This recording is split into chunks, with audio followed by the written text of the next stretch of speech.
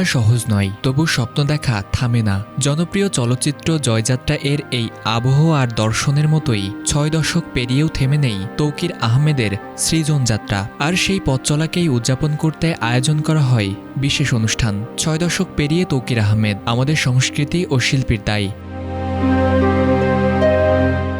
বাংলাদেশ শিল্পকলা একাডেমির জাতীয় নাট্যশালা ও সেমিনার কক্ষে দিনব্যাপী এই আয়োজন করে সুরিদ।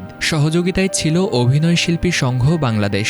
সকাল 10:30 জাতীয় নাট্যশালায় উদ্বোধনী অনুষ্ঠানের মধ্য দিয়ে কর্মসূচি শুরু হয়। এরপর সকাল 11:30 সেমিনার কক্ষে অনুষ্ঠিত হয় আমাদের সংস্কৃতি ও শিল্পীর দায় শীর্ষক সেমিনার।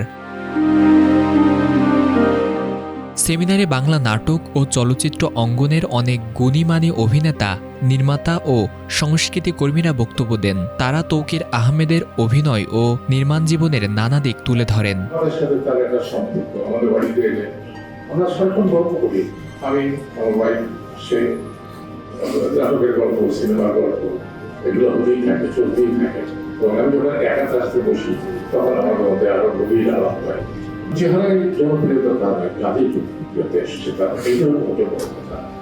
তৌকির বললেই যেটা মনে হয় যে মেধাবী, সৃজনশীল, আধুনিক, তার মানে আমাদের অত্যন্ত প্রিয়।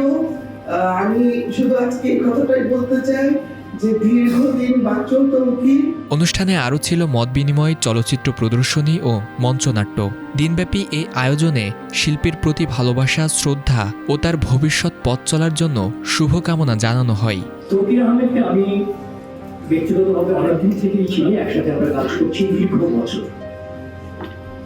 তৌকির আহমেদ একজন পরিপূর্ণ মানুষ। তার শিল্প চর্চার ক্ষেত্রে, তার সংস্কৃতির প্রতি তার যে দায়বদ্ধতা, সেই দায়বদ্ধতার জায়গা থেকে শুধুমাত্র যে শিল্প, সাহিত্য, সংস্কৃতির ক্ষেত্রে তা নয়, আমি বলবো যে সে একজন পরিপূর্ণ মানুষ তার পরিবারের জীবনে। নিজেই নিজের জীবনটাকে গড়েছেন উনি। তো এগুলো আসলে আমাদের জন্য অনুপ্রেরণা। আমার কাছে মনে হয় যে এই যে উনি আজকে সার্থক একজন মানুষ, চলচ্চিত্রকার হিসেবে, একজন থিয়েটার আর্টিস্ট, একজন নাটকের আর্টিস্ট। আমাদের এই সেক্টরটাতে এই ধরনের মানুষ আসলে যত বেশি হবে, আমরা তত সমৃদ্ধ হব।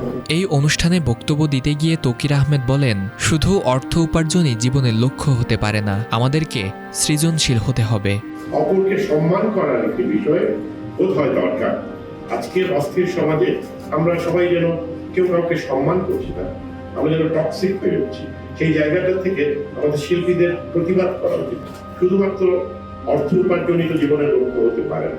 আমি জানি যে অর্থ খুবই দরকারি হবে, কিন্তু আমরা যদি সেই সৃজনশীলতার জায়গায় চর্চা করার অধিকার না পাই, সুযোগ না পাই, তাহলে সেটা খুব দুঃখজনক। এই 7টি চলচ্চিত্র 14টি হতে পারত, 4টি নাটক 16টি হতে পারত, কিন্তু না, শিল্পী তো স্বাধীনভাবে কাজ করতে পারেন না। সোসাইটি, রাষ্ট্র, অর্থনীতি, সমাজ সবকিছুই তাকে অনেক ক্ষেত্রে সীমাবদ্ধ করে।